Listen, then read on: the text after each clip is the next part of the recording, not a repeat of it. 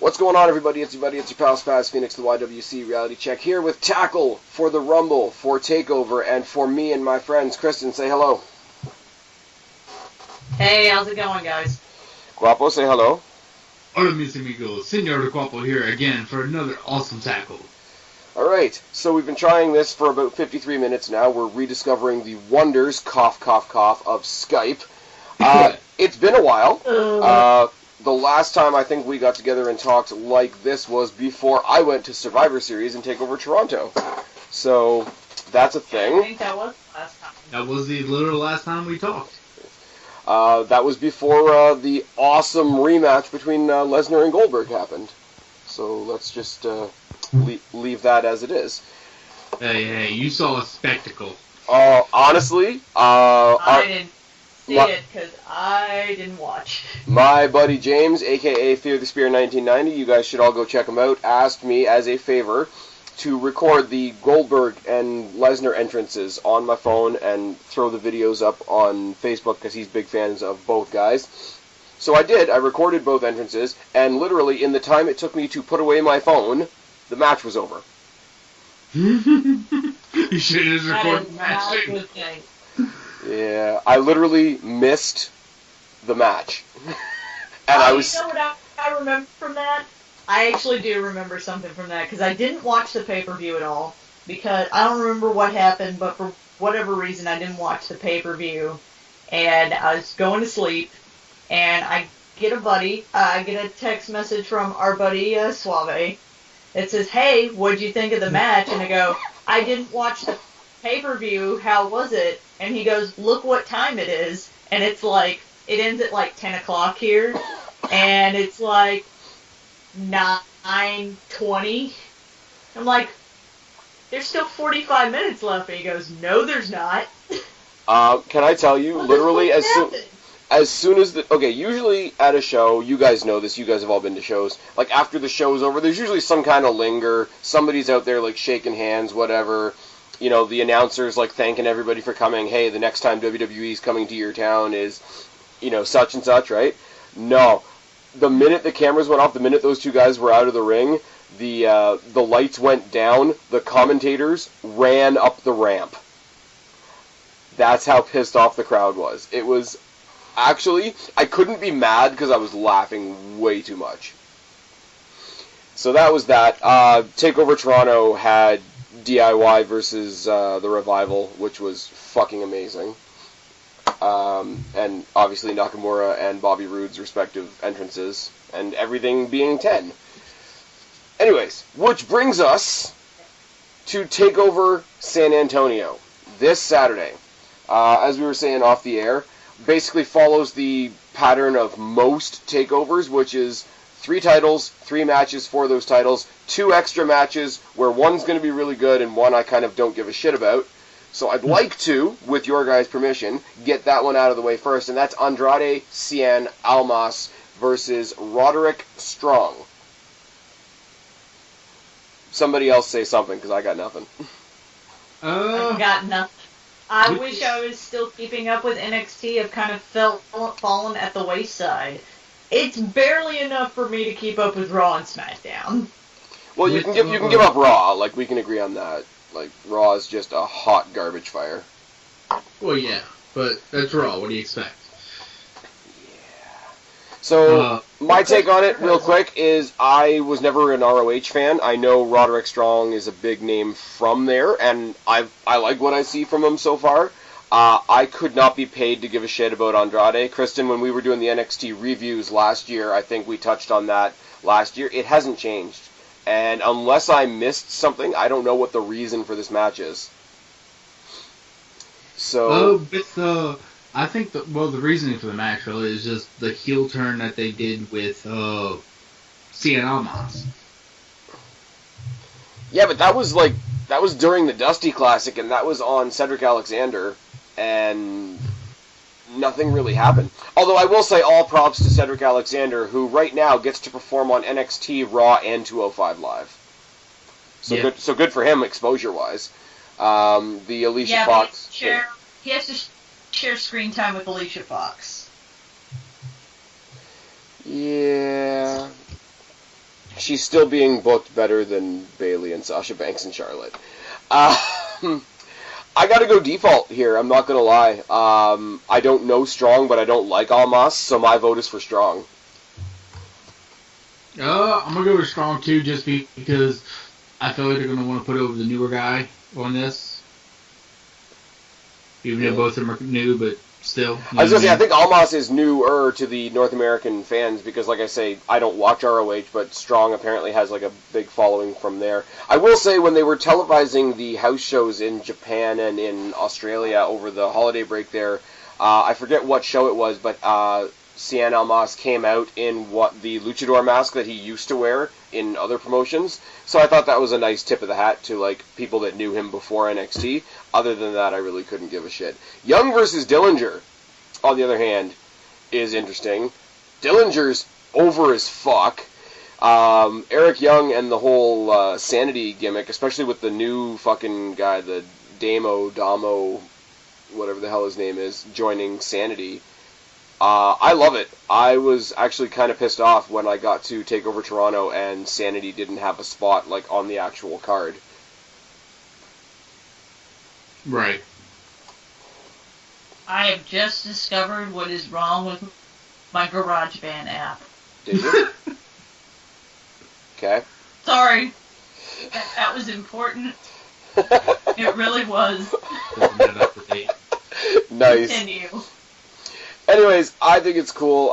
They're doing the thing similar to what they did with Ziggler last year, where you got this guy that's like really popular and puts on great matches, but he's on a losing streak. He's questioning himself. Rah. He gets the chance to, join the dark side and join Eric Young and Sanity. He doesn't do it, so now he's got a match with Eric Young. Eric Young is basically being the same nutcase that he was in TNA, which I don't have a problem with at all. For me, it's another Canada versus Canada match, which is always a plus. And when we start talking about the Rumble later on, you'll understand why, but I'm really pulling for Young to win this. Because in all honesty, like, his group is there, and his group always has a presence on NXT, but Eric Young himself hasn't had very many matches on TV.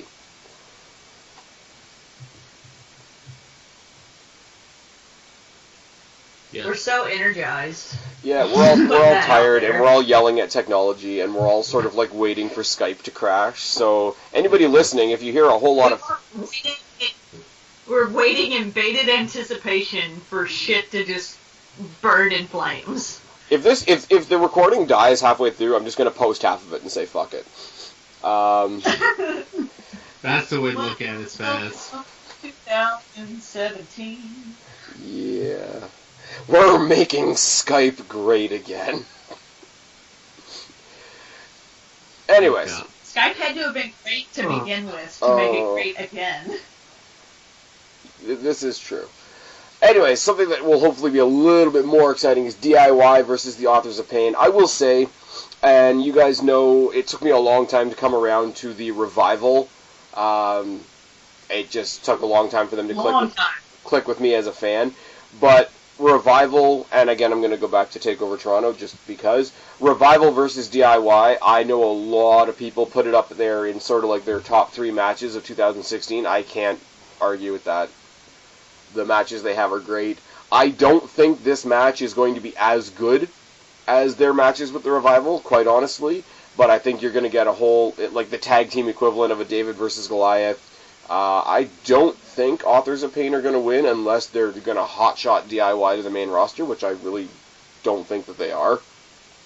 If anything, I think the Revival's going up, which is why they're not even on the card.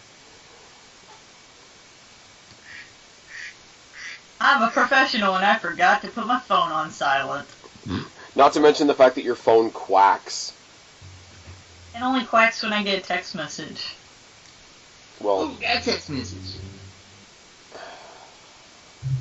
Shaking my head. I'm sorry. Once we get to the Rumble, I will have way more to say, and I wish I could say I was keeping up with NXT, and I just haven't been. Yeah, no. And that is it's fair. NXT is good, but we've been kind of spoiled. We've been kind of spoiled to the point where we assume it's going to be good. So it's almost like assuming something's going to be bad. Why watch it? You know it's going to be good. That's a terrible analogy. Let's just move on. Yeah. You and I said the same thing. Again, I got to go back to last year when we were doing the NXT TakeOver reviews, and it's like, there's not much to review. Takeovers are great. Have a good night. That's it, guys. Night. Just here to confirm that TakeOver is still good. Yeah. I will say, one of the themes of this weekend is women's wrestling. And the first of 4 women's matches this weekend, some of them I care about more than others, obviously. Asuka versus Nikki Cross versus Peyton Royce versus Billie Kay. I could do without the other two and have this just be Asuka versus Nikki Cross, because I always loved like the psycho women's wrestlers, and she's fucking great, and I hope she wins. Not gonna lie. I don't think she's going to. I think this is just to tide over. If she does, it's going to be because she pinned someone else. And that's going to be the leverage that they need to move up Asuka. Yeah, I mean, either Asuka's going to retain, and there's going to be like some sort of respectful match between her and Ember Moon at the WrestleMania TakeOver, or Cross is going to win, Asuka's going to go up, and you get Nikki Cross versus Ember Moon at the WrestleMania TakeOver. Either one I'm okay with. I know I'm in the minority here. Kind of shitty that... Okay, Ember Moon everybody likes, but it's kind of shitty that Ember Moon and Liv Morgan are not on the card again. Because Ember Moon's awesome, and Liv Morgan... Hasn't Liv, though, been at, like, house shows? She's been at house shows. She's been on almost every week on NXT, like, as compared to somebody like Ember Moon, who we all thought was going to be the next number one. Liv's been traveling, like, going, like, those, like, SmackDown house shows. Yeah. You know what, though? I hope they don't move her up just yet, because she is still a little green, and she's not one of those ones that I want to see move up to the main roster without holding an NXT title first, if that makes sense. Peyton Royce and Billie Kay, I would rather push them up to the main roster and have them be enhancement talents for some of the other girls, because I think they're good in that role, and I think they've actually done it once or twice. Deonna Purrazzo was up on SmackDown not too long ago, which is cool, especially if you're a fan of the Taz show, which has Deonna Purrazzo on there every couple of weeks doing an indie spotlight gimmick thing. But yeah, no, I want to see Asuka move up, and I think your next big trio of women's wrestlers is going to be Ember Moon, Nikki Cross, and Liv Morgan. Ember Moon and Nikki Cross will sort of be the title picture, and Liv Morgan will be kind of like, I hate to use a cliche, but like, she'll be the one sort of nipping at their heels trying to get into the title picture. I don't know. She gets a lot of shit, I think, Liv Morgan, because she's more of a fun character as opposed to like a serious, like, hardcore, like, smack your head off type of wrestler, which is what we're coming to expect from people like Asuka, people like Becky Lynch, people like Charlotte. She's the fun half of the women's division, kind of like Bayley before she got serious, but I think because of that, people don't take her seriously, which kind of sucks. I would love to see if the NXT show has a pre-show, I would love to see them have a rematch of the match they had tonight on that pre-show, because the match they had tonight on NXT was fucking amazing. And it was literally the two of them going out and being like, look, all these women are involved in the title match, and we're not. Let's show them why we should be. Which was cool. Logic dictates that Asuka wins this. I really hope that I'm wrong and that they give it to Nikki Cross. Peyton Royce and Billie Kay, no. Well, just be ready for when they decide to move Asuka up, that she's going to Raw, because Raw desperately needs.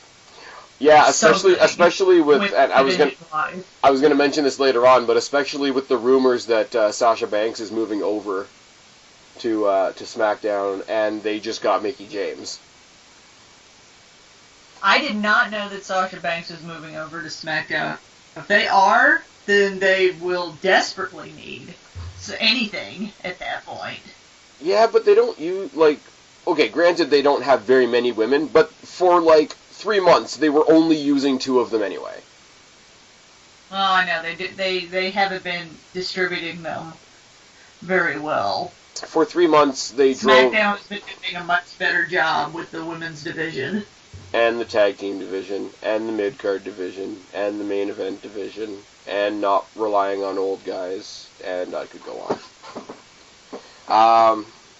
But on old guys, John Cena is in the title picture.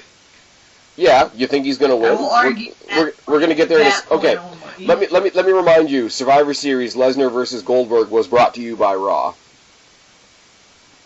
Let me remind you that Raw is so desperate for ratings and something to make them feel important that they borrowed The Undertaker from SmackDown. Well, that's because the Royal Rumble is a dual show. Yeah, but why did Undertaker have to, like... He made his thing right before Survivor Series, like, I'm back on SmackDown, this is where I belong, and then he makes his announcement that he's joining the Royal Rumble on Raw, and he comes to Raw to stare down Oldberg and Lesnar. I don't know. I find it funny. Speaking of that, how did Goldberg start bleeding? I just look up and I'm like, is Goldberg bleeding? All he did was get in the ring. No, he literally, like, what they played up a lot more in WCW was the fact that he got himself all psyched up to go to the ring by headbutting his locker door. That was what started the whole, like, panoramic view from the back, was the fact that you would see the door shake a little bit because he would headbutt it, and then he would walk to the ring. I don't know why you have to psych yourself up like that for a promo, but again, raw logic. Expect. Raw logic is raw logic. I will say, I mean, like, all my, like, smart-ass comments aside, the stare-down at the end of Raw between Goldberg, Lesnar, and The Undertaker was pretty badass. Yeah. But I don't want to see that as a triple threat match. I really don't.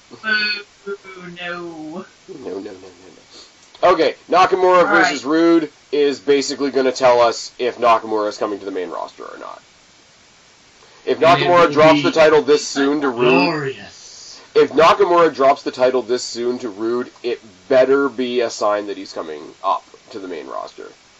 I mean, there's several others that are rumored to be coming up soon, but I can't see them. Because Rude, there's no real story either. Like, right before they tied up all their stories for the December break, I guess you could call it, they threw together a quick tournament that ended in a fatal four-way, and Bobby Roode won. And then they didn't do live TV for, like, 4 weeks, and they came back and had a contract signing where they kind of made fun of each other, and there's your match. It'll be good. The entrances will be great, obviously. Like I said, it's hard to critique that match because you know it's going to be a good match unless like one of them just botches like horribly, which is not in either of these guys' nature. Yeah. Like, it's going to be a good match, so it's hard to... It's not going to be like when Joe spiked himself and they kept stopping the match because there was so much blood. But... Exactly. I mean, this is where, again, I got to go back to when we're talking about NXT. I don't really have a prediction. I'm cool with either guy winning. Neither result is going to piss me off. For argument's sake, I'll say Nakamura retains. Sorry? I think they're going to give it to Bobby Roode. I gotta go Bobby Roode. All right. Okay, that's because I'm selfish and I want Nakamura on the main roster. Yeah, but how? Okay, here's my question for you, Guapo. This is where we get into like Raw versus SmackDown once again. Not everybody can go to SmackDown, and with WWE's history with foreigners, how badly are they gonna fuck him up if they put him on Raw? It depends. Oh, it's gonna be horrible. No, it depends. It really does. Because I can see Vince holding him back because of promo ability.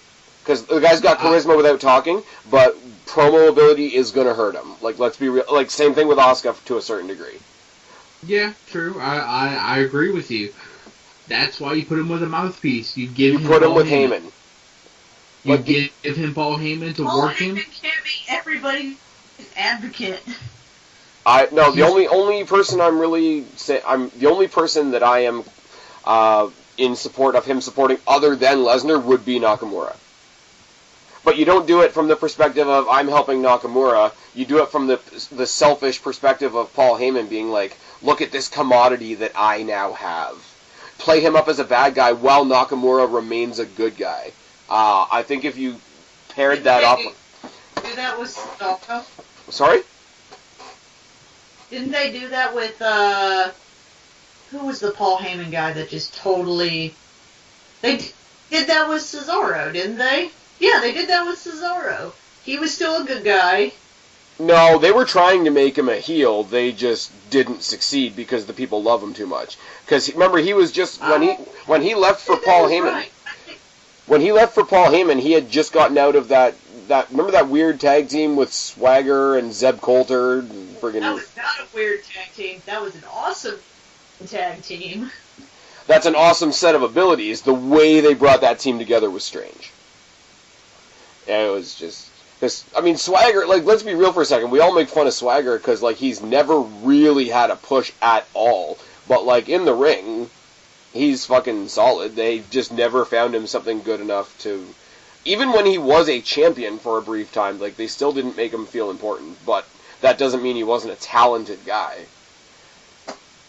Mm-hmm. But then you got two talented guys like Nakamura and Rude. I mean, nobody's going to want to see Jack Swagger instead of Nakamura coming to the main roster.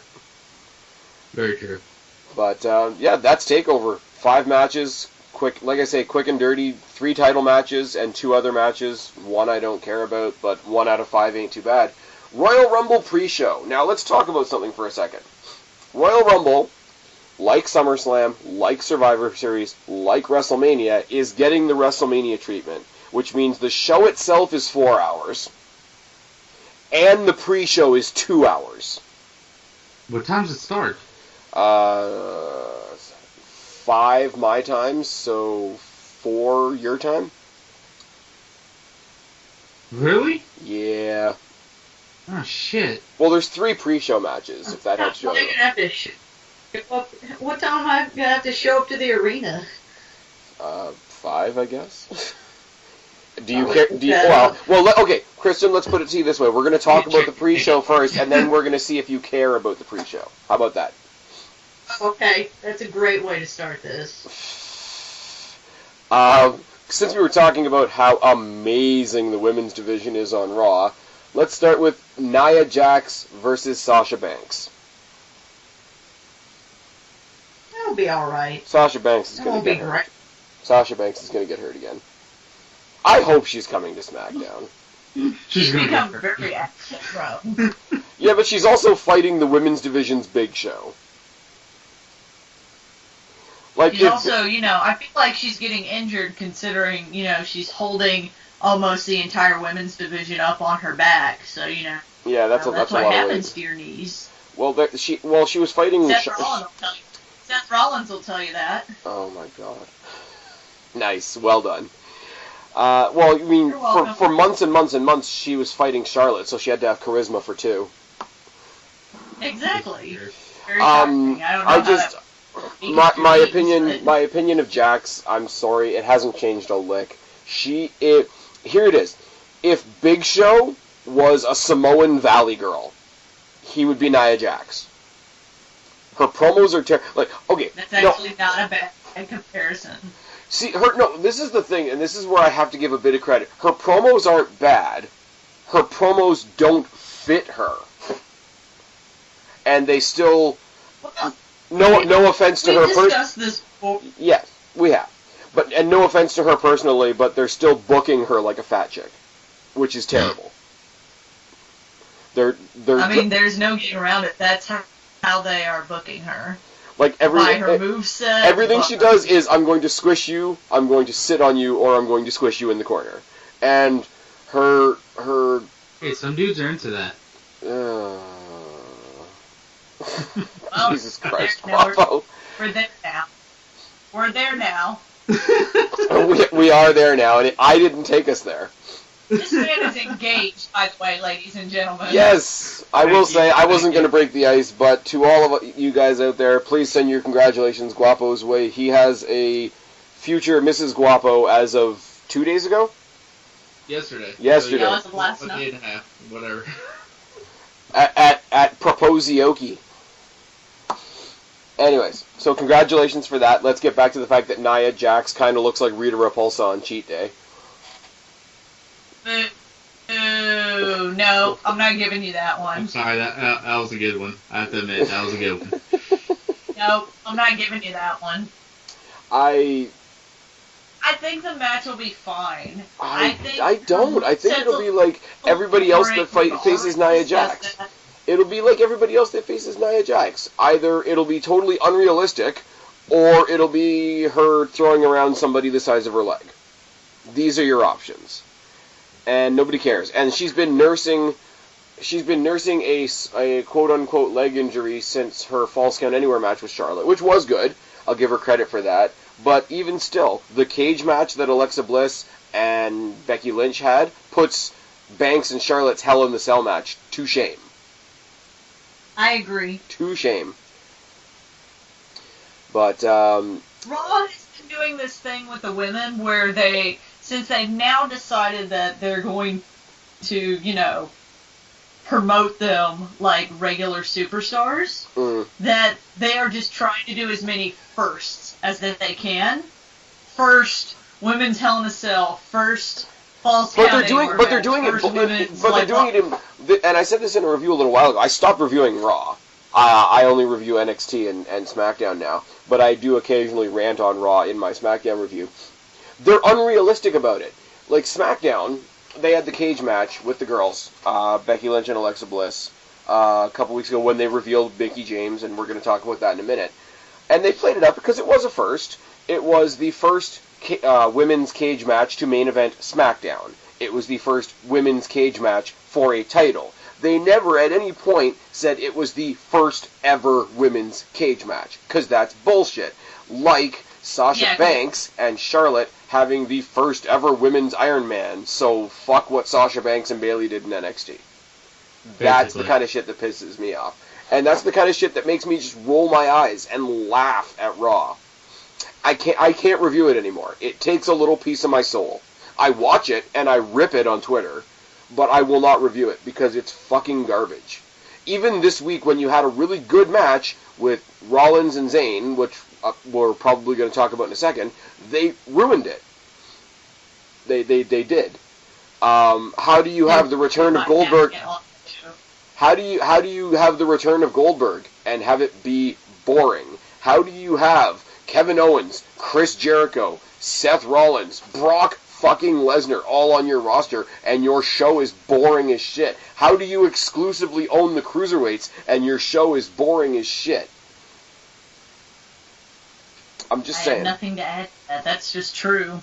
Because wrestling fans touch themselves at night. Oh, yeah, I guess.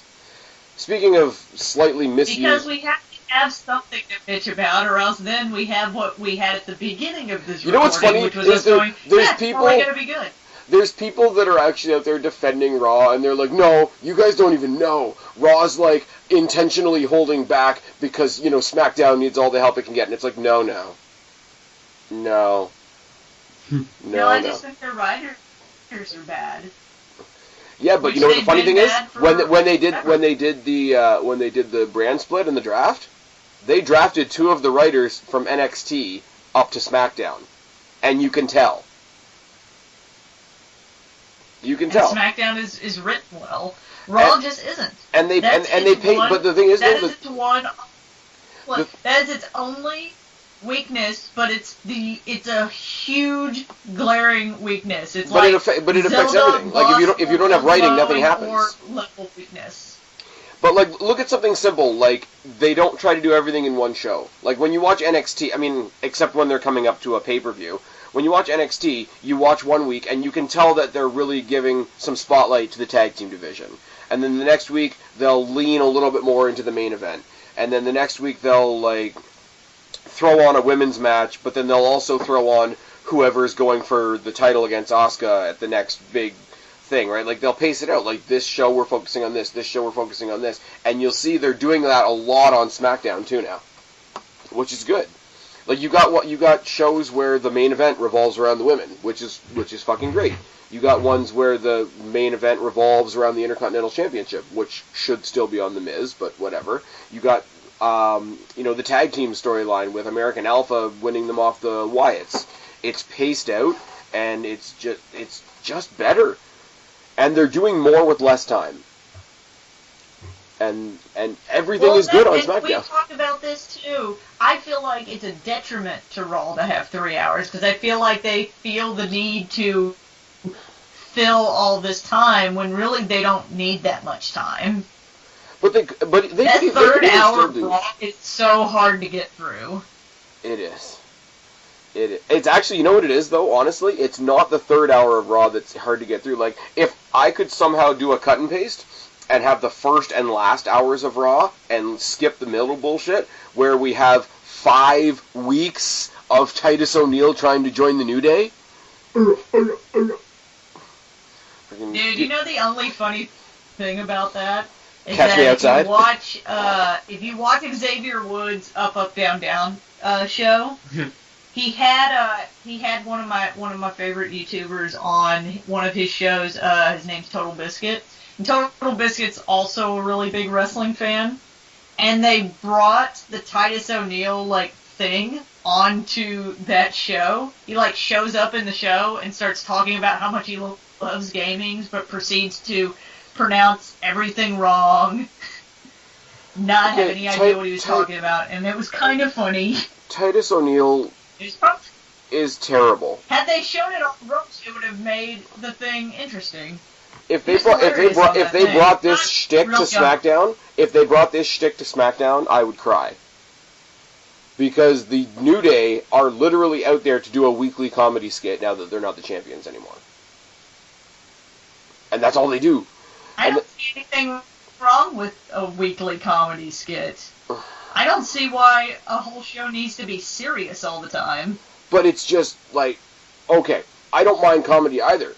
But it's okay, when you've got one segment where you roll out the New Day, Enzo and Cass, friggin' Titus O'Neil, the random as fuck team of Rusev and Muhammad Hassan, or not Muhammad Hassan, Jinder Mahal. Yeah. And then in the middle of that, you throw Braun Strowman, which is one of the things that Raw is actually doing right, and you're like, why would you put him in there? Why? It makes me sad. Just don't do it. I'm sorry, I'm bored by Braun Strowman. I like watching him destroy people.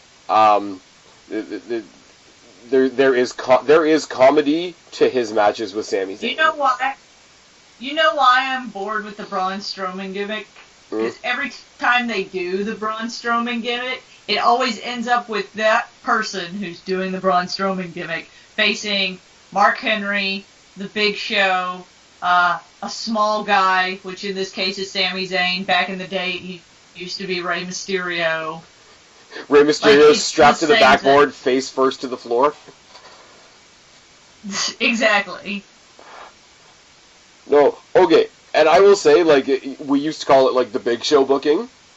Big Show, is actually very, very strange, coming out looking all jacked because he's getting ready to fight Shaq at WrestleMania. Can we just mention that? What's happening? What? Is that what's happening? That's fully happening. Is that why he's lost all the weight? That's why he's lost all the weight. That's why he's, showing off his abs on Instagram, which is a little awkward. But I'm pretty sure at Fastlane they're gonna have some sort of Big Show Braun Strowman thing to get him ready for his celebrity match at WrestleMania. They've already started it, and they're both gonna be in the Royal Rumble. There's gonna be an altercation there. Of course there is. I want there to be a stare down between Braun Strowman and Baron Corbin because they are the same character for their respective brands, except Baron Corbin is being booked a lot better. Baron Corbin is actually... Who'd have thought we'd ever say that about Baron Corbin? I will say, and this is where, okay, again, I have to give the main event roster a little bit of credit. How many times do we say, as soon as they brought that guy up from NXT, they fucked him up. As soon as they brought this person or that person out, they fucked him up. Baron Corbin, I was going to say, Baron Corbin is genuinely being treated better on the main roster than he was on NXT. Agreed. Because Baron Corbin on NXT he was who you fought. He was who you fought until you established your first real rivalry on NXT. and it was weird. He still has Kristen Stewart face. Yeah, but if you see him do like the sit down interviews on Talking Smack, it works for him because like the way he like basically doesn't have an expression fits what he's saying. It's literally like, look, it's this simple. I'm here to beat people up and get a paycheck. Like, he's not invested in what he's doing other than, like, whether he's successful. Like, fucking pay me. So you're saying he's doing the Brock Lesnar gimmick from 3 years ago? I think he's doing the Brock Lesnar gimmick from right now. Well, Brock Lesnar, who was, like, expelled from UFC and couldn't give a fuck. But, yeah. Apparently, though, he's going to have a lot more dates in 2017, 2018 because of the complete lack of possibility in UFC for him now, which is kind of cool. Anyways. Hey, if they ever want to sell tickets, they know who they're calling. That's fucking true. Speaking of the women's division on SmackDown that is a hell of a lot better, Alexa Bliss, Mickie James, and Natalya versus Becky Lynch, Nikki Bella, and unfortunately Naomi. I like Naomi. I don't care what you say. She hasn't done anything for a month and a half, and she still gets thrown on a Big Four pay-per-view. Like, they literally wheeled her out this week so that they could throw her in a 6-person tag. Yes, because they wanted to have a 6-person tag. Yeah. There's other people. What other women are on the roster, Spaz? Bring up Aaliyah. Bring back Deonna Purrazzo again.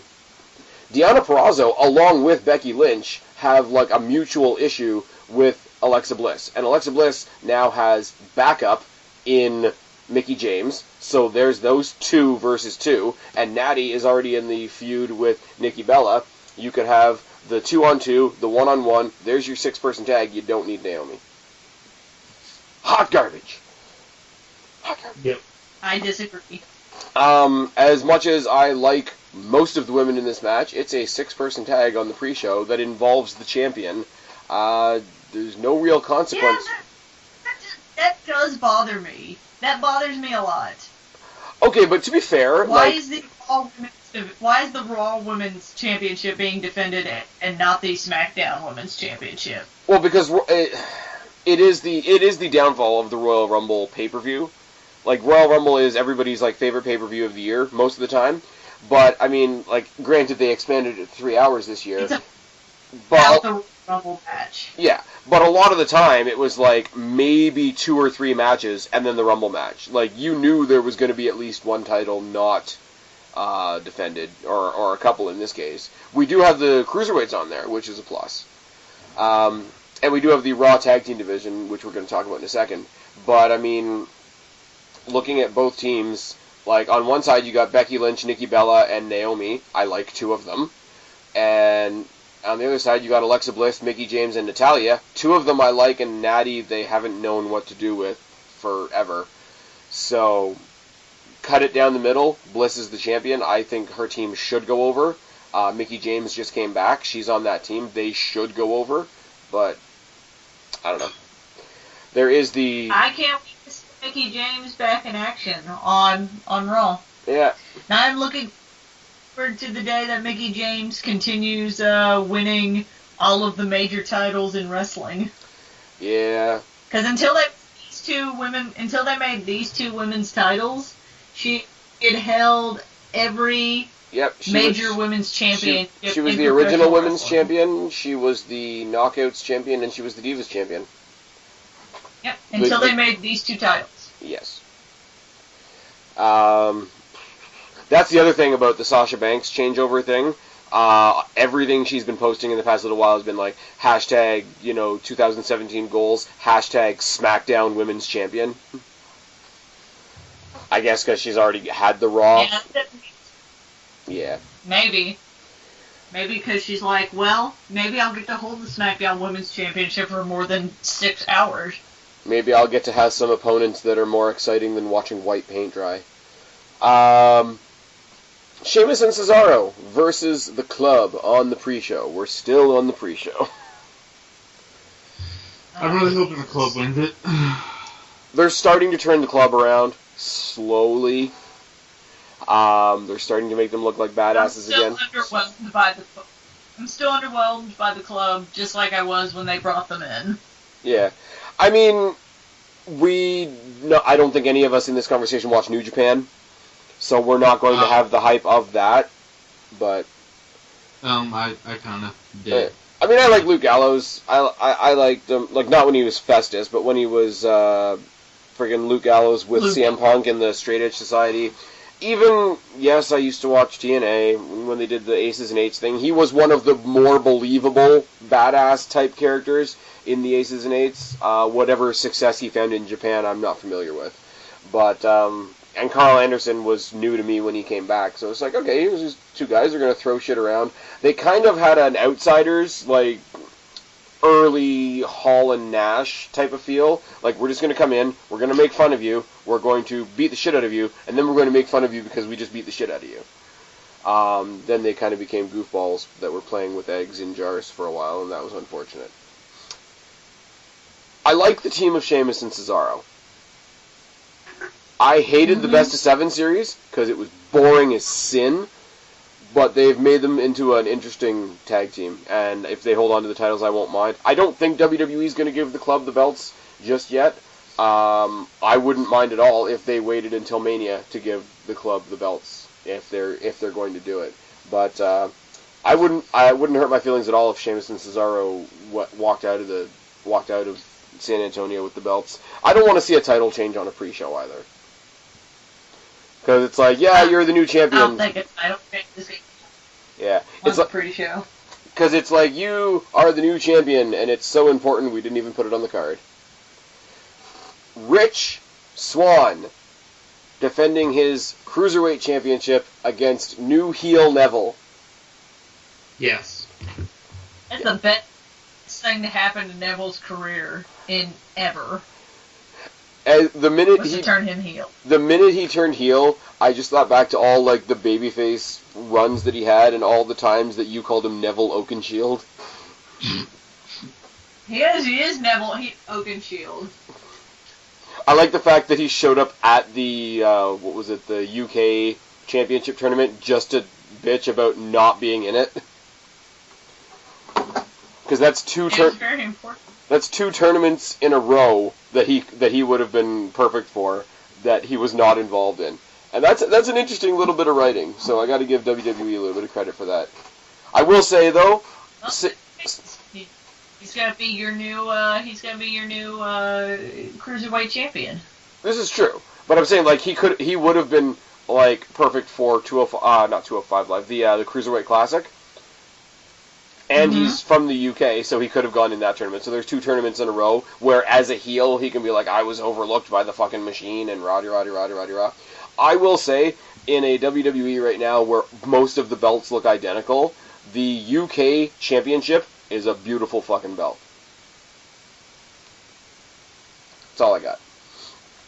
And I haven't gotten a chance to watch the UK tournament. Did anybody else watch it? I watched it. I watched it not because I was super excited about it. I watched it because it was like literally it fell on a weekend where I didn't have anything on my plate. If you go into it comparing it to the CWC, you're going to be disappointed because it's completely different.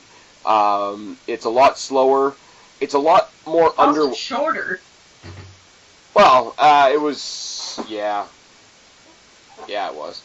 I don't like that they did the whole tournament in one weekend. It's kind of like blip on the radar rather than a continuous story. A couple wrestlers in there that I, came to like along the way because they were like badasses. Rumor is that 1 or 2 of them might come over and have like high spots in the Rumble match, which is fine, but the whole idea is they're supposed to be starting their own programming out there in the UK, so bringing them to the US before they even get that show off the ground is a little funny. I don't know.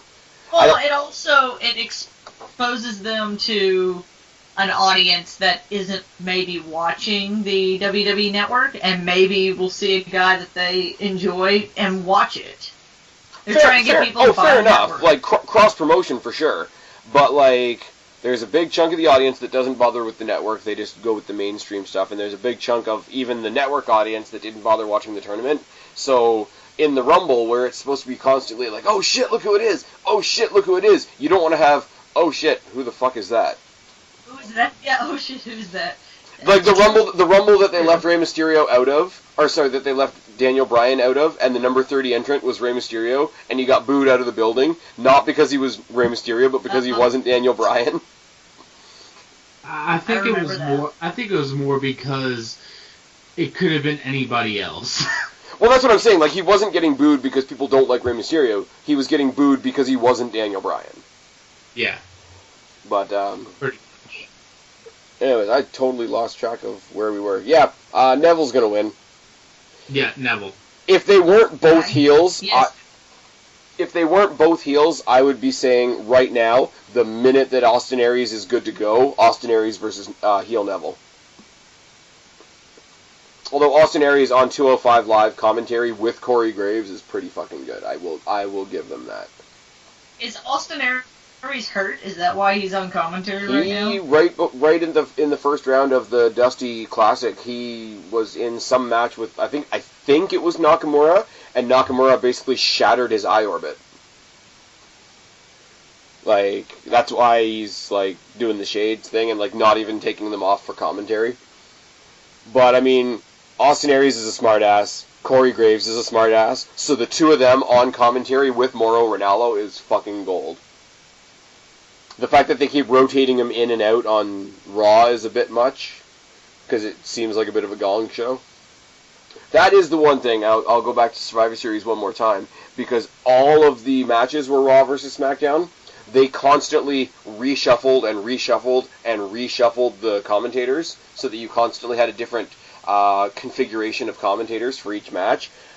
Watching that in the arena was pretty bizarre, because you had like Mauro Ranallo and Corey Graves, and then you had like David Otunga and Michael Cole, and then you had like friggin' Byron Saxton and Tom Phillips, and every time they were getting ready for a different match, you saw the commentators basically playing musical chairs, and I laughed a lot. Yeah, I'm saying Neville. Are we all saying Neville? Yeah, Neville. Yes. I like Rick Swann, but I see Neville winning this just because he needs to have some type of title right now. Yeah. Especially since he's going for this King of the Cruiserweights kind of gimmick. Yeah. And there's so many people that have done this, like, a similar type gimmick and then just lose all the time, and then they become not believable. I want Rich Swann because they've done his like backstory about like how his parents passed away and Roddy Rah, and he's such a freaking goofball, and he's dancing around, you know, to hide his pain and his sad past and all that stuff, which is fine. But I want to see him come out one day like totally dancing and shucking and jiving and smiling, and then just fucking snap on somebody, because I think he could do it, and I think he could do it really well. But yeah. Well, I think losing would make him snap. Yeah. I think if Neville wins, his next opponent is going to be Cedric Alexander, though. Or Noam Dar. Noam Dar's great. Talking about Alicia Fox. But anyways. I don't know, that gimmick is just not grabbing me. That little three-way storyline is just okay, not... no, but have you read why that whole gimmick is happening? No. Because but I shouldn't have to. No. Like, the behind-the-scenes reason why it's happening. Why is it happening? Is literally because Vince thinks it's hilarious that with the Scottish accent, it sounds like he's saying Alicia Fox. That is why that story... That is why that story is happening. Storyline. That is... Alright, I wish I could muster a fuck to give, but Charlotte versus Bayley for the Raw Women's title. I want Bayley to win. And I want her to hold on to it for more than 12 seconds. I want to care. I want to believe that Charlotte does not have a pay-per-view winning streak because of her last name. If they were going to, I need Charlotte to lose, I need Bayley to win, and I don't need there to be a rematch on Raw where Charlotte wins it back. Oh my god. They're going to have her to 16 before WrestleMania. She's going to have like 16 title reigns before WrestleMania, you watch.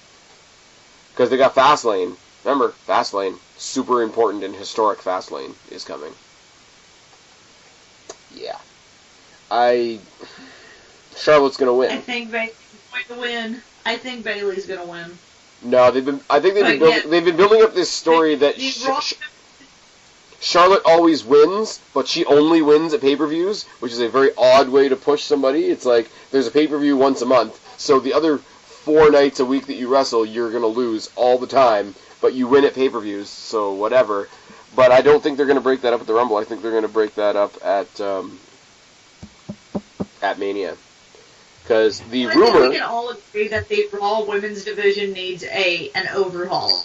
Like, not necessarily with the people in the Raw Women's Division, but how they're although that can be argued. But Charlotte needs a charisma bypass. You don't like Charlotte Flair? I do. I think she's a fantastic wrestler. I think she's a fantastic heel, but she's just boring right now because she's oversaturating. Oh, let me be clear. Charlotte is an amazing athlete. She's an amazing performer in the ring, but I feel like I don't know how to explain it. I think I said this on a review a little while ago, and I definitely said it on Twitter. But when she cuts a promo, she like throws in a little schoolyard jab, and then she's like looking out at the crowd and be like, "Okay, guys, I did a heel thing. Are you booing me? Okay, another heel jab, another heel. Oh, Bailey, you're a nerd. Okay, are you guys booing me yet?" Like it's timid. Like, she's doing mean things, but she's doing them in a timid way, which, especially when they keep comparing her to her dad, to come off timid on the mic compared to Ric Flair, who's Ric Flair, is not doing her any favors. Woo! I wish I could say that I thought Bailey had a prayer, but I don't think she does. I think the streak keeps going. I think Bailey wins. I think they're going to give it to Bailey, but I say that hoping that if Bailey wins, that it's not a thing where Charlotte wins it back on the next night. Because I am very sick of that. Right. And I will say, like what you mentioned before, how Raw is like so desperate to do their "oh my god, it's a first, oh my god, it's a first" bullshit. The rumor right now is to prolong Bailey and Charlotte to WrestleMania for a ladder match. Which again wouldn't be the first. Which not only would it not be the first, but I wish I could get excited about it, and I wish it didn't feel like Raw was just saying, look, we did something with the women. Look, we're doing good. What was the first women's ladder match? It was on NXT. It was, I think it was, I don't think Sasha was in it. There was an NXT match for the women's title. I think it might have been Paige. In a ladder match. I think it might have been Paige. And yes, that sounds honestly, right. I don't remember. Remember Paige, guys? Remember Paige. I don't. Remember Paige? I remember Paige before she ruined her life by following a man. Yeah. Alright, let's move on to something else that we can make fun of even more. Kevin Owens versus Roman Reigns in a no DQ match with your new United States champion, Chris Jericho, up in a shark cage. As ridiculous as it is, every time one of them gets put in the cage and it gets raised up and the other one's like reaching up like, no, they're being so ridiculous about it that it's funny to me. It's a dumb, stupid concept, and it's hilarious because it's Kevin Owens and Chris Jericho. Anybody else wouldn't be able to pull it off. Yeah, I guess it makes me an asshole, but I do have that. I do occasionally have that. I want to just sit back and watch the world burn. I'm smiling for the potential of the reaction of us coming out of the Royal Rumble with our two world champions being Roman Reigns and John Cena. Never been a woman's I don't think Roman Reigns is gonna win it. I think it's gonna be Kevin. Yeah, but even the I possibility, think think Kevin's about it. retaining, especially since it's no DQ. Chris Jericho's going to figure out a way to get out of the cage. I don't know if they're going to like hide some bolt cutters or whatever, but because it's no DQ, If Kevin Owens wins he's because of gonna get interference out of from the Braun Strowman, I'm gonna laugh a lot. well, some interference is going to happen. That's why it's no DQ. So The other reason Owens I is could walking say, out. the other reason I could say that I could see Roman winning is because of the Rollins Triple H story that we're gonna get to in a little bit. Triple H gave Owens that title. Rollins could fuck with Triple H by giving his buddy Roman the title, and that's how we could get to Rollins versus Triple H at Mania. But I don't want them to do that. That's entirely possible. Yeah. I don't want them to do that. It's way too late for them to do the Triple H Rollins thing. I know they were saving it because they needed to save it for WrestleMania because it's a big match. But, like, they did it. Triple H showed up, fucked him over, handed Owens the belt, and then disappeared again. Yeah, they did it way too early. Yeah. Yeah. I don't know. Yeah. There's a really bad feeling I got that Roman is going to win, and I'm going to laugh because everybody's going to freak out. And I'm going to be like, what do you expect? It came from Raw. Now, in probably the biggest compliment that I can give SmackDown, SmackDown has produced a John Cena that I don't mind. Well, because he's going up against AJ Styles. No, So, even when he's quite not, frankly, even when he's going up against other people. Before being on a... Go ahead. Even when he had the match with Baron Corbin a couple weeks ago, when he had a match, like he sort of had a long-standing rematch with The Miz a couple weeks ago. They're making him a dick, and if you watch the promo from this week's SmackDown, John Cena, realistically speaking, was bullying AJ Styles, which is hilarious. And all of his promo being about, like, haha, you think I'm a bad wrestler because I was never on the Indies. Bitch, I wasn't made for the Indies. I was made for this. And it's like, okay, that's where you get all the little kids behind you. That's where you get all the girls behind you. And that's where you rev up all the adult male fans, because that's exactly why we didn't like John Cena. I'm like, you're playing to everybody all at once. And I have to applaud that. Because he went on, like, Good Morning America or some shit, and he was promoting the Rumble, but he was, but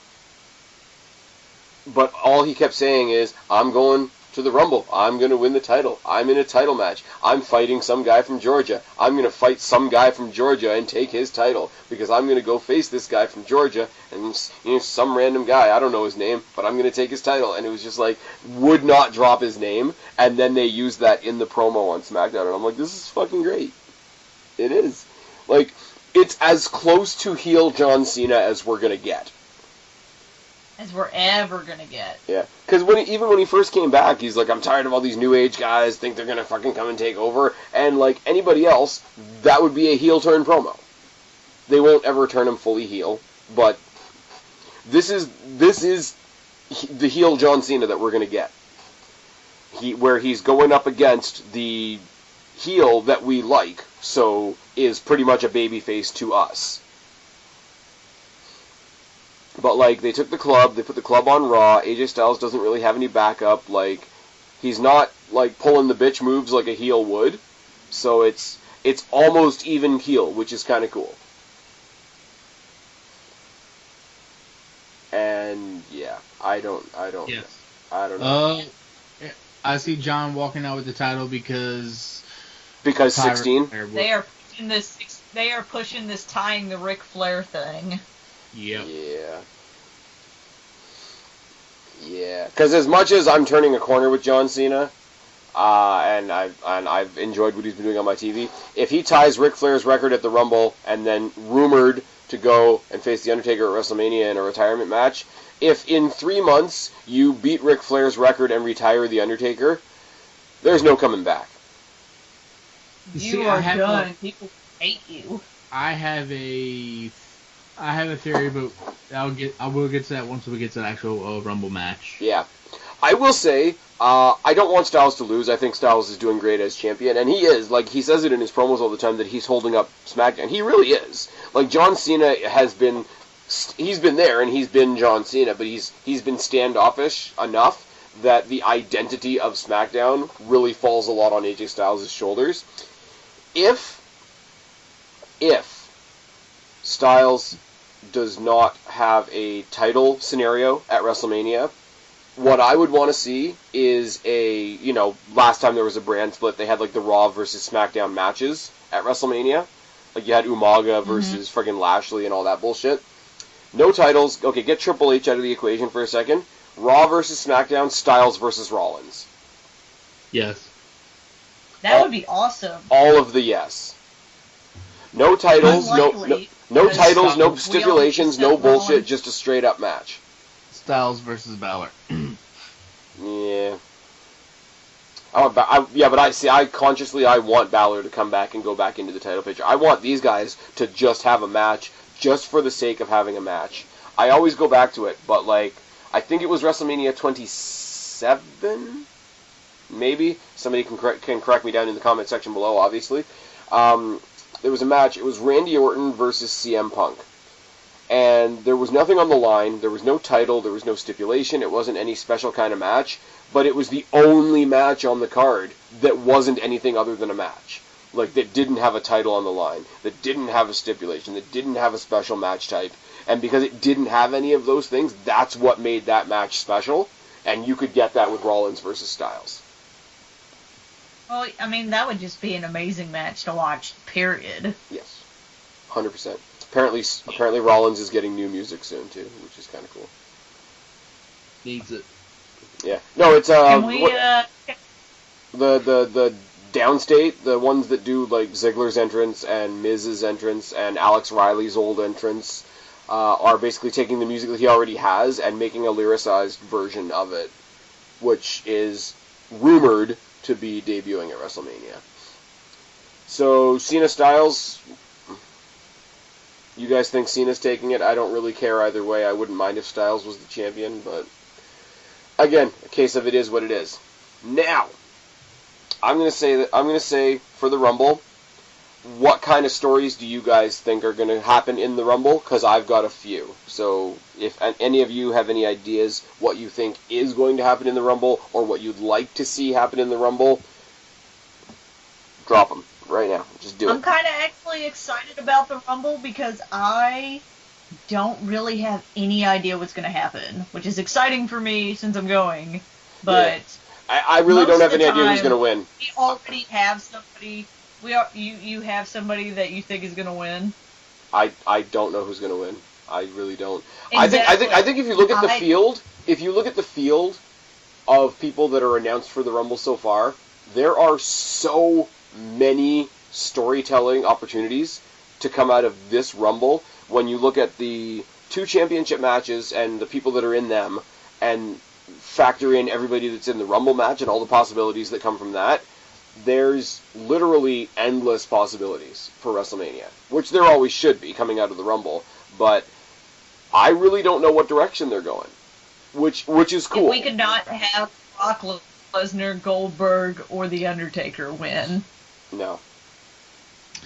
I see. My theory is I see Taker winning to go on to face Cena for Mania and see that one I would accept. But when I'm talking about stories, I'm not necessarily talking about who's going to win.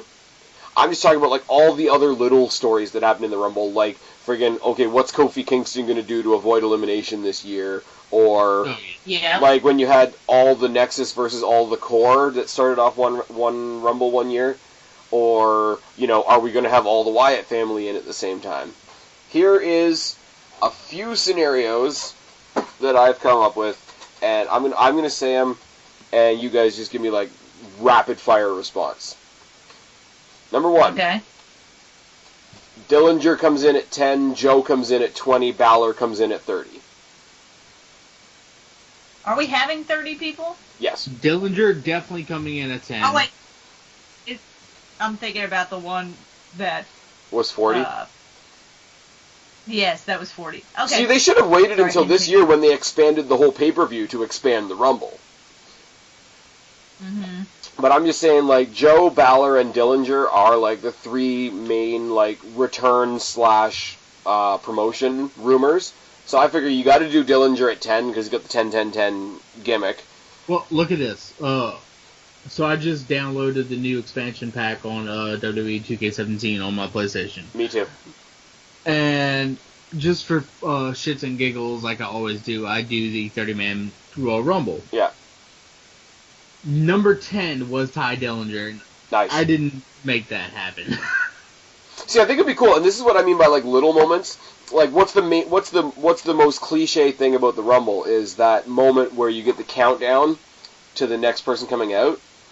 But I think it would be really cool, and like they could do the same thing with Jericho if they wanted to. But because Ty Dillinger, like the beginning of his entrance is a countdown, I think when they reach number 10, they don't bother doing the Rumble countdown. They just start the countdown in his video. Yeah. But I think if as a little sort of nod to the fans that are really paying attention, you can build on the Dillinger 10 thing to have Joe come in at 20 and Balor come in at 30. Yeah. I could see Ty Dillinger coming in at 10. I could If see he Joe. okay, I will say this: if he's in the Rumble, he's coming in at 10. Yeah. If they don't, they fucked up. If they want to troll us and have him come in at like 9 or 11, I'd be pissed. Do we think that we are going to see newly minted Hall of Famer Kurt Angle in the Rumble match?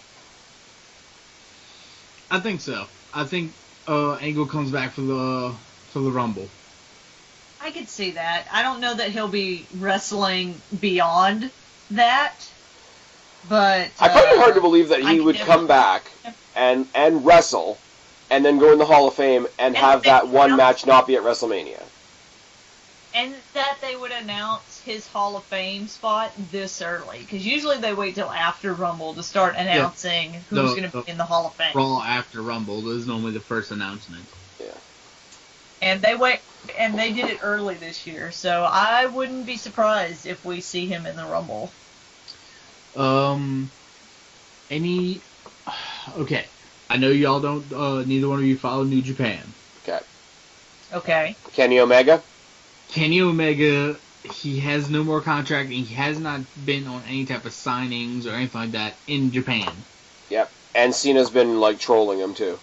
Cena's trolling like a motherfucker on Instagram. Yes.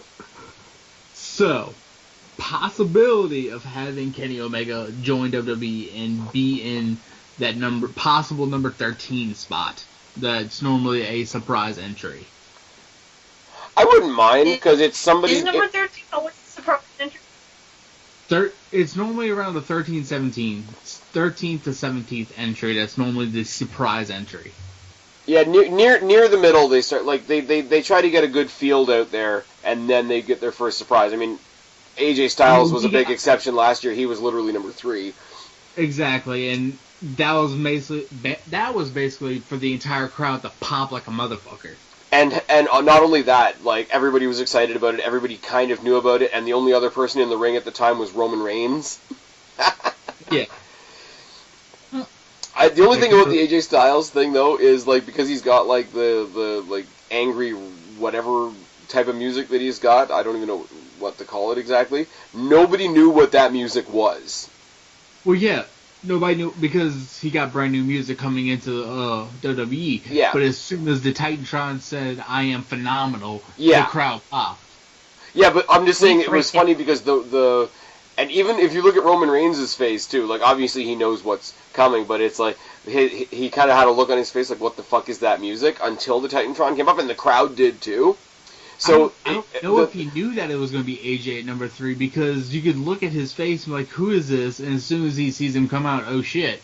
Yeah. Because no, but I think it's just the way they delayed the pop by playing the music that nobody knew. WWE put because I think they did like a little special about AJ coming in. Like they hid him like almost to everybody. Yeah. That day. Like he got to the arena before almost anybody was there. Yeah, oh yeah, they hit him on a bus, under a sheet. Yeah. I don't know, the Omega thing, literally the only thing I've seen of Kenny Omega was I watched most of the match that everybody was talking about with Okada. Yes. And I mean, like, we've had this discussion before, if you're watching two guys that you don't know, and you don't know what the story is, and you don't know where it's coming from, it's a different way of watching wrestling. Like, because you're so focused on literally, like, what's going on in the ring rather than why it's happening. But, I mean, like, for somebody I don't know, like, obviously I'm impressed. Everybody's saying this guy's, like, the next AJ Styles, and I'm like, okay, I need to see more than one match if I'm going to make that distinction, but...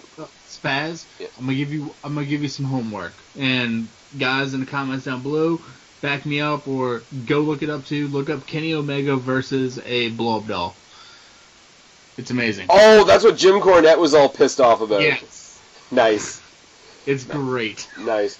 I mean, here's the thing. With NXT being the film... Kenny Omega versus a little girl. Oh, no.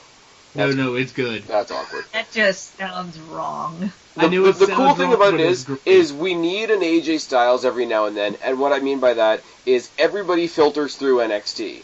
So, by that logic, you're never really going to have a surprise on the main roster because you know them from NXT.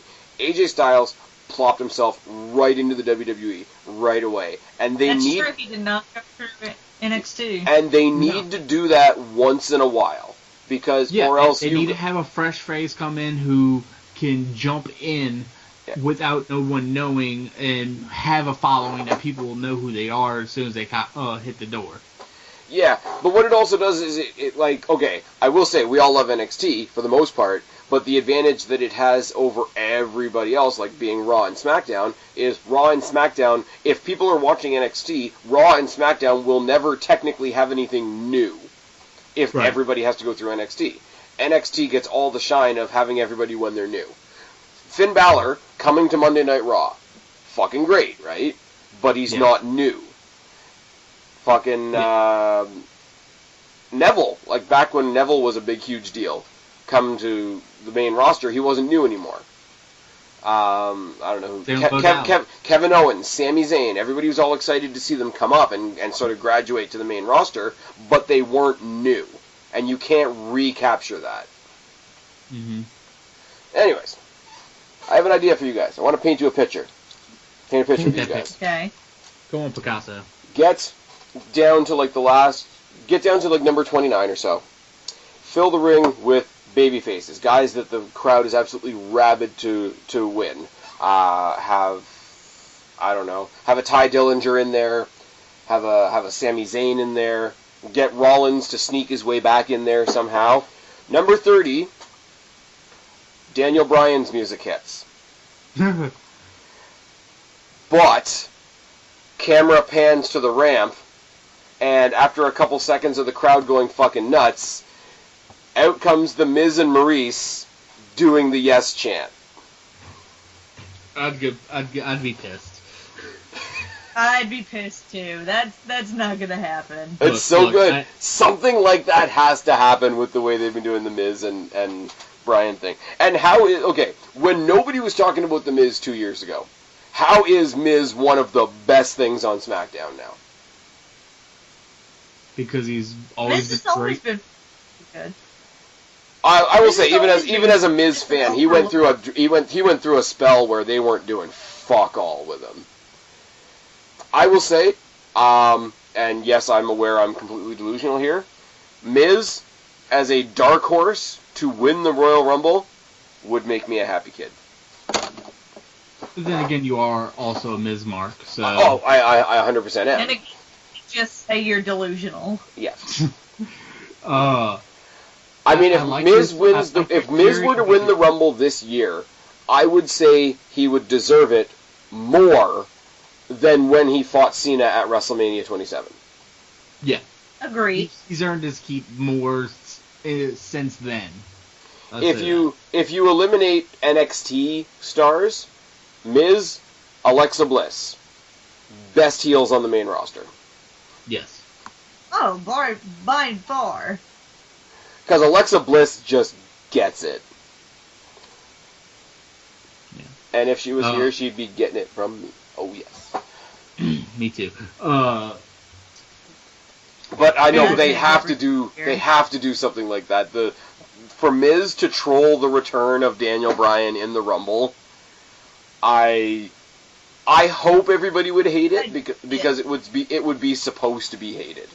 See, I like your thought of that. However, replace Miz with Miz Dow. No, false. False. All of the false. I want Sandow to come back. You know he's playing some weird Liberace character in what's left of TNA, right? I don't like to speak about things that aren't, actual real things. Oh, I don't watch it. People that I have on we don't Facebook speak just of people that I watch on Facebook just watch enough stuff and just send me like, "Can you believe they're doing this?" I'm like, "Nope," and that's why I'm not watching. There's only one thing worth watching on godforsaken TNA, and that is the broken Matt Hardy and the broken brilliance that is broken Matt Hardy and Brother Nero. Yes, but what happens if their contract runs out and right around April they come back to the land of Meek Mahan? And they I'm sorry, I may be the only person, but I do not want to see the Hardys back. Have you seen any of the friggin' Deleter Decay stuff? Huh? Don't care. I don't like the Hardys. I hold a grudge. No, what'd you say, Spaz? She hasn't seen any of the Broken Matt and Brother Nero stuff. Probably not. Don't because care. It's great. You need to watch the final deletion. Tag Team Apocalypto. Yes, Apocalypto. With Hornswoggle and the Express that rocks and rolls. On the cranes and the volcano. I'm not gonna lie. I watched that shit. I was rolling laughing, but it was fucking good. Yeah. I hate how good it is. Yeah, I love it. Here's the thing. You guys know I used to watch or listen to a podcast called Bear Hug It Out, which has now been rebranded as the CB Over the Ropes show. And when they talked about the final deletion, I think they summed it up perfectly, where it's like, that is nothing to do with wrestling, but at the same time, it is everything wrestling. Mm-hmm. And that's absolutely, you cannot describe, it's beyond classifying it as awesome or terrible. Because it's both. Side note? Yes. It's not really wrestling, but do you follow Wendy's on Twitter? Wendy's on... Oh, yes! When they retweeted Matt Hardy and they talked about all the other burgers being obsolete. Yes! Nice. Whoever's running the Wendy's Twitter account is a fucking awesome person. Is on point. And people been tweeting them different things with wrestling related, like shit, like when are you gonna make a Hulkamania burger or something like that? And they tweeted back, after we make all other burgers obsolete. Nice. We will delete Nice. the competition. Well done. Yes. Well done. Alright. So Ziggler, Guapo, you said you caught up on SmackDown, yes? Yes. So, Ziggler's heel turn. Ziggler's heel turn. Yes, Ziggler has a heel turn. Ziggler basically going out on national television and threatening to kill an old man. Yes. In Memphis. Yeah. Remember when I gave you your heart attack? Should I finish the job? Super kick to the chest. Hold on, pause for a quick second. Yeah. Can we talk about how King should be wearing a shirt? Yes. Look, King, you're great. You're awesome. Keep a shirt on. I know all you have is affliction shirts, but That's so true too. But I will say, Jerry the King Lawler is guest commentating the Royal Rumble match. Does Jerry the King Lawler get somebody acting in his behalf to remove Dolph Ziggler? You know what? To make up for the fact that he super kicked a man who's had a heart attack in the chest. I would not mind seeing JBL get into the Royal Rumble match. Oh, yeah. And giving another. And he's not going to be on commentary, So Goes on from hell. Yeah. I think the commentary for the Royal Rumble match is Michael Cole, Corey Graves, and Jerry the King Lawler. Not bad. Which is interesting. Jerry the King Lawler and... Jerry hasn't been on commentary since what? Well, he was doing the pre-shows forever. And then when they stopped doing the pre... beating up his girlfriend? No, he was doing the pre-shows long after that. Him and Lita were doing the pre-shows for Raw and SmackDown, and then they let Lita go and they moved King over to doing other things. But no, the pre-show for the Rumble is being hosted, I think, by Lawler and Shawn Michaels, which is pretty badass. I'm sure Renee Young will be there too, which doesn't hurt my feelings either. Is it just me, or is Shawn getting a little bit more senile? Yeah. Okay, I will say, because I'm about to talk about Lesnar and Goldberg next, not as senile as Goldberg trying to cut his fucking promo on Monday. True. Good point. Good point. So let's just go into it. We said this before Survivor Series. Came back, had his comeback speech, failed to lift up his own son. Came back a couple weeks later, tried to throw a couple fists at Rusev, fell on his ass. Went to Survivor Series, had a 1.5-minute match with Lesnar that was bullshit and basically pissed off everybody. Came back, headbutted the door a little too hard, gave himself a concussion, couldn't cut a promo. Gonna be in the Rumble, gonna be at WrestleMania. Oh, man. Lesnar Goldberg. That's just a statement. Yeah. Lesnar Goldberg, I don't even have much to say about them in the Rumble. They're going to take each other out. They're going to fight at WrestleMania. The other rumor is they might throw Roman Reigns in there and make it a triple threat match. Which just makes me sad. Whole lot of sad. I got nothing. The Wyatt family. Mm-hmm. The Wyatt family that is now just Bray Wyatt and Randy Orton. I care less about the Wyatt family. Really? I like the team of Bray Wyatt and Randy Orton. They had them feud, and then they had Randy Orton join with them, and the appeal has never caught on for me. Of the team? Yeah, of the team. Okay. Well, I didn't like the feud, and then I didn't get well, you figure, where it works for me is you figured he was going to do what Daniel Bryan did. It was, go in, get in there with the family for a couple of weeks, and then, turn on them and, fuck them all up. But no, he got in there, he caused some shit with Luke Harper, and Luke Harper was the one that ended up getting kicked out. So, it wasn't what we initially predicted, so I'm interested to see what if they go back and try to get the tag titles again, Randy Orton and Bray Wyatt as tag champions is something I'm fully on board for. Here's a question. Does Sami Zayn stand a chance in the Royal Rumble match? No. I would hope so. However, I see something different with Sami. Yeah. The only way, and I think a lot of people have said this is by no means an original thought by me, the only way I'm okay with Sami Zayn winning is if Kevin Owens is still the champion. And that they do Kevin Owens one more time at WrestleMania for the title. I'd be okay with that. That would be awesome. And the last thought that I have, and I don't know whether you guys have any to share or not, because Rollins is officially out of the Royal Rumble, because the sound tech in the back cost him his match against friggin' Sami Zayn, what, if anything, do we think Triple H and or Seth Rollins are going to do at the Royal Rumble? I don't know. They might have time during the Rumble to have one of those unannounced matches kind of thing that just happens at the Rumble where then he gets his spot back. Or they give him really impossible odds, they make him go in at number 1 or something like that. Well, number 1 and 2. Triple H. Goldberg, Lesnar. Number 3, Undertaker. No, number 3. And they just drag their asses through the whole match. No, number 3 is Jericho. Yeah. If they have to wheel Oh, this is what they need to do. They need to have the Universal title match first, and then the Cena Styles match.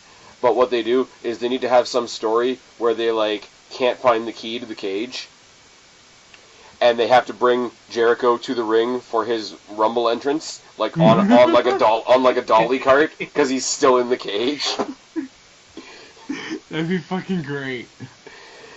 Because if we could, like, you figured, like, they put the cage in the ring, nobody can get to him, which means nobody can throw him out of the ring. But then you get like a bunch of big guys, like a Big Show and a Braun Strowman and a Mark Henry, and they just throw the whole cage out. And there you were in, you're out.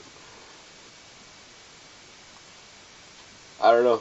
There's lots of stuff that could happen. Anybody else we think is coming new or up from NXT or returning to WWE that was there before?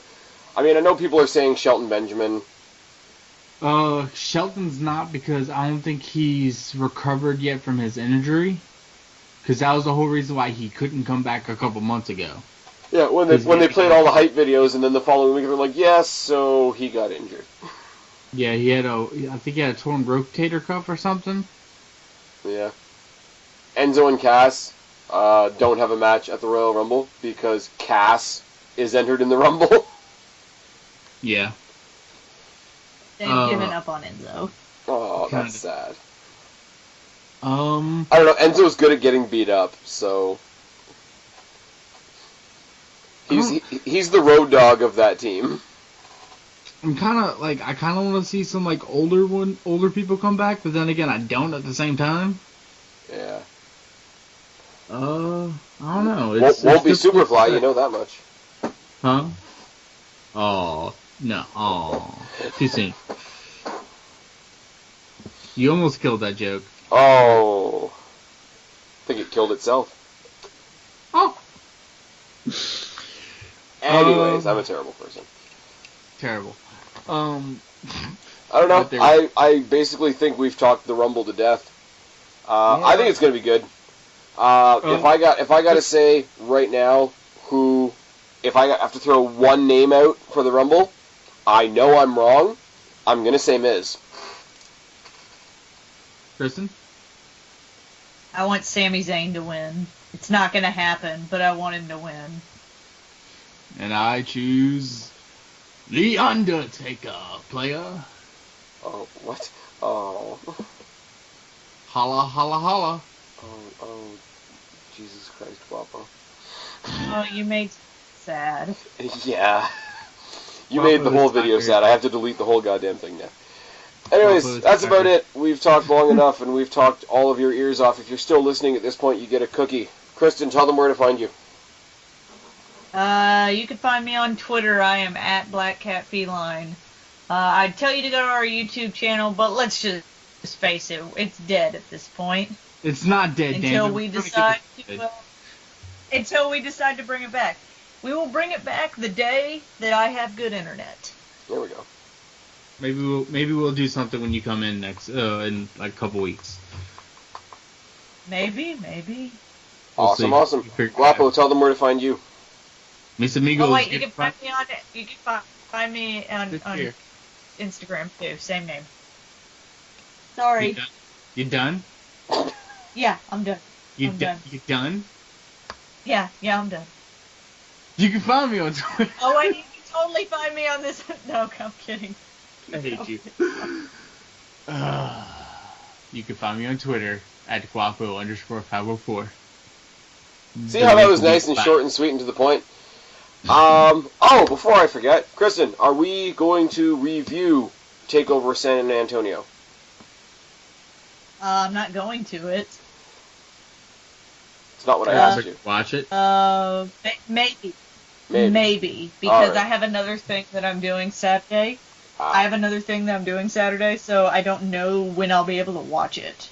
Okay. Anyways, guys, you know who I am, or you wouldn't be here. I've been Spaz, he's been Guapo, she's been Kristen. We are your YWC Reality Check. Subscribe up there, talk down there, start a conversation, keep all these conversations going. Don't be a stranger. I'll talk to each and every last one of you later. But for right now, we are tagging out. Bye, guys. Adios, mi amigos. Bye.